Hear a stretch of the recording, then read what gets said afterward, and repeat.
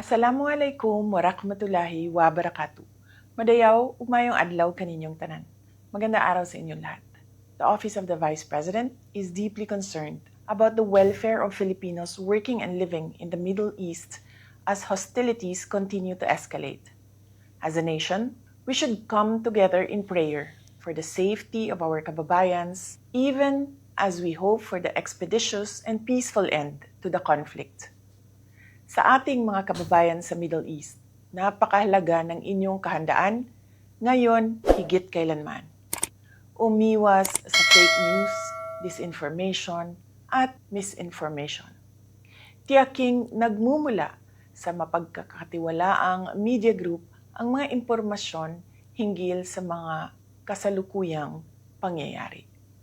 Pakinggan ang payo ng mga otoridad para sa maayos na evacuation at iba pang mga importanteng hakbang para sa inyong kaligtasan.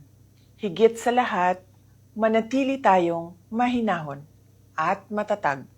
Dala-dala ang ating pananampalataya sa Diyos at pag-asa para sa kapayapaan.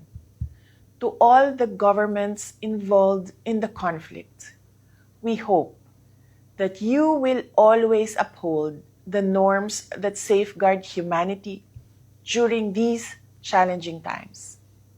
Sabay-sabay nating pangalagaan ang buhay at kinabukasan ng bawat Pilipino. Syukran. Sir, raise to alert level 3 or 4? To? Alert level 3 or 4, mandatory repatriation. No, not yet.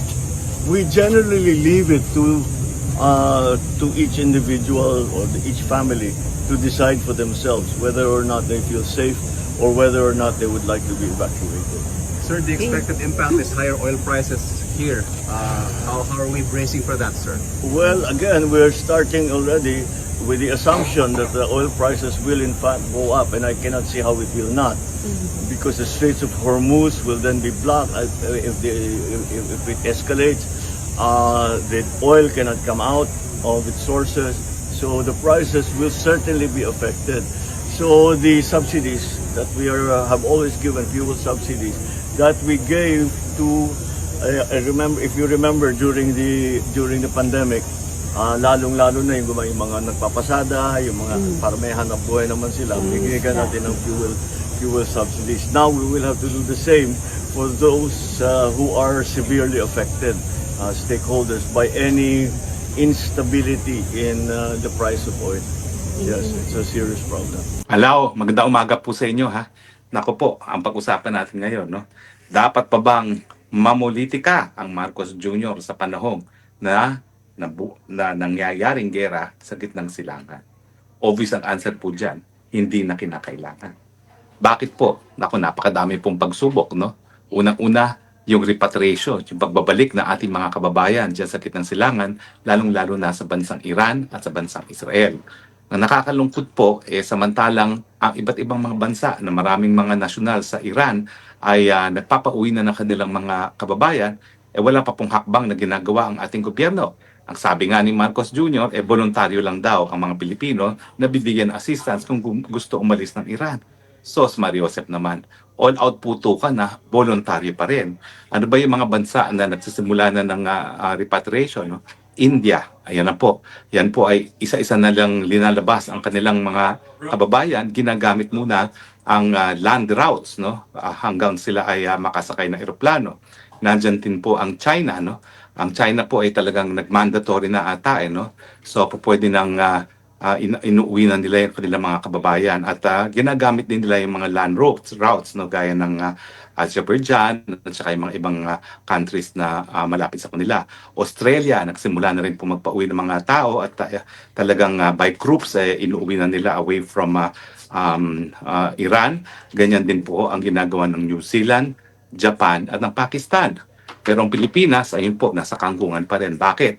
Dahil ang Marcos Jr. obsessed na talagang burahin ang mga Dutertes sa kanilang buhay politika. No? Ang aking pakiusap, ngayong talaga pong nandito na ang gera sa gitnang silangan, siguro dapat itigil na muna ang politika. Unang-una, atupagin na natin yung pagpapauwi ng ating mga kababayan. hindi na po kinakailangan na antayin na magkaroon pa ng nuclear war. No? Kinakailangan gumawa na po ng hakbang para mapauwi na, lalong-lalo na yung mga kababayan natin sa Iran. At pagkatapos niyan ay sa Israel. At dapat magkaroon na rin tayo ng contingency plan for the rest of the Middle East. Dahil alam naman natin na kapag lumawak ang labanan, talagang buong Middle East maapektuhan.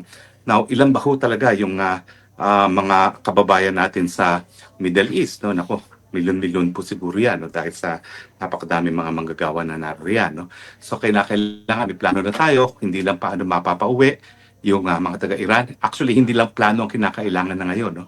Kinakailangan meron na tayong mga hakbang na ginagawa para pauwiin yung ating mga kababayan galing sa Iran at sa Israel. No? At kinakailangan meron na tayong contingency plans, no?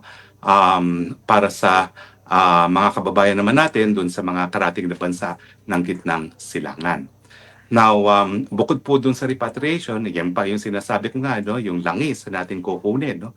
Kailangan po talaga magpadala na tayo ng mga sugo sa bansang Russia, sa bansang Amerika, at saka sa mga Southeast Asian countries nang sa ganun makapirmahan na tayo ng kasunduan na bibigyan talaga tayo ng prioridad pagdating po sa pagsusupply ng langis.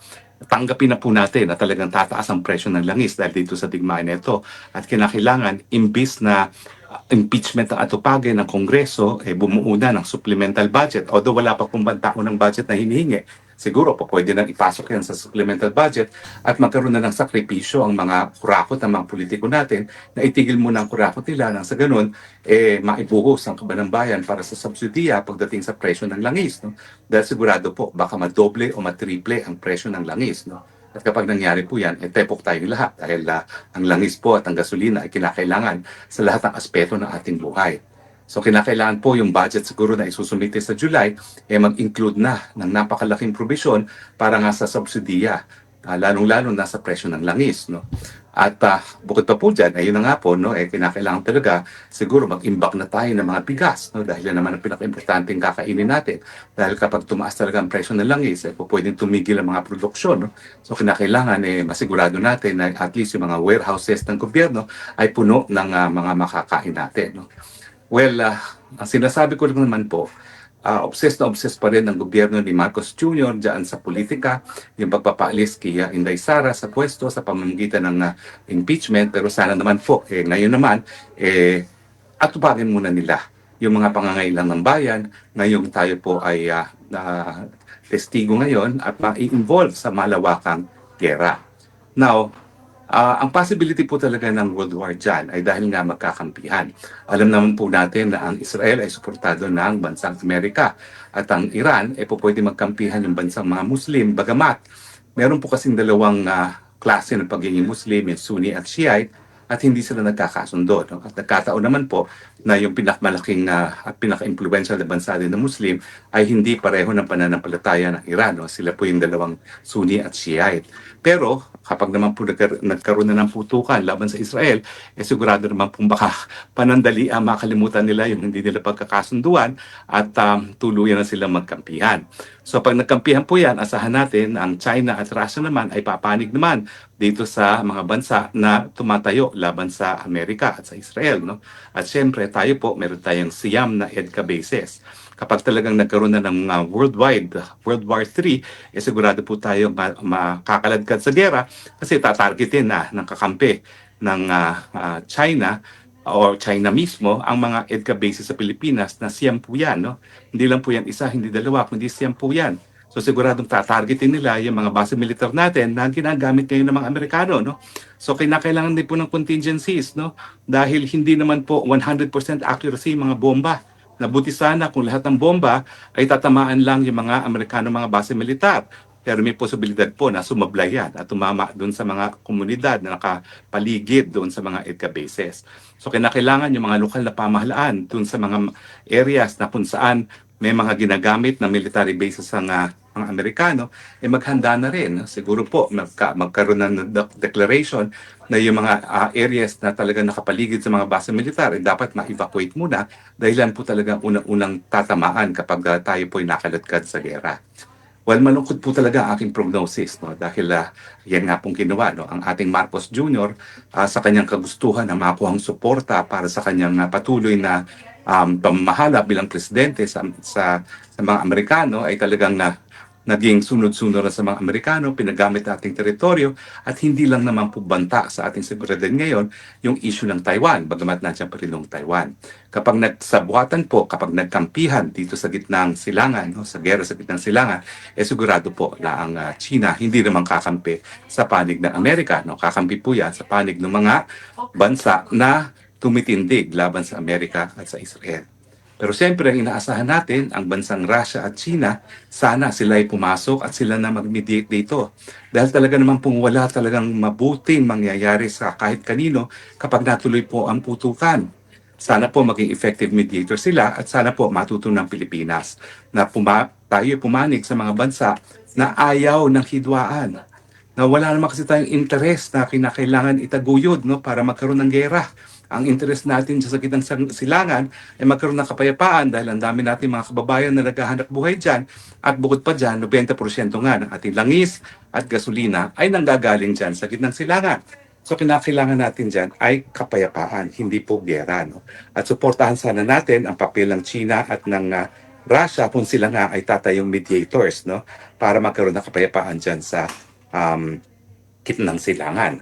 Siguro nga mag-offer na tayo, kaya lang hindi gagawin niya ni Marcos Jr., no? Pero siguro kung si BP Sarang presidente, no, i-offer niya ang Pilipinas bilang isang site para makapag-usap ang mga partido, no? Siguro pag pinadala natin yan sa Boracay o di naman kaya sa Palawan na magandang tanawin, lalamig ang mga ulo ng mga bansang naghihidwaan ngayon at po pwede magkaroon ng kapayapaan. Pero hindi lang po nakasaad sa ating saligang batas na tayo po ay sinusumpa ang paggamit ng dahas sa ating panlabas na relasyon. Pero ang realidad din po, wala tayo sa puder para makisapi sa isang gera. Wala pa nga tayong sapat na salapi para pakainin ng ating mga kababayan. 50% ay nagugutom. Tapos makikisali pa tayo sa gera. At sana itong gera sa gitnang silaan ay magsilbing leksyon sa lahat ng Pilipino, no? Huwag sunod-sunuran sa mga Amerikano. Dahil kita nyo yan, kapag talagang nagkaroon ng putukon dyan, pati yung ating mga base militar na ginagamit ng mga Amerikano, fair target. Ang tawag po dyan, military necessity. So kung sino man lumusob, no? At targetin yung ating mga base militar na ginagamit ng mga Amerikano.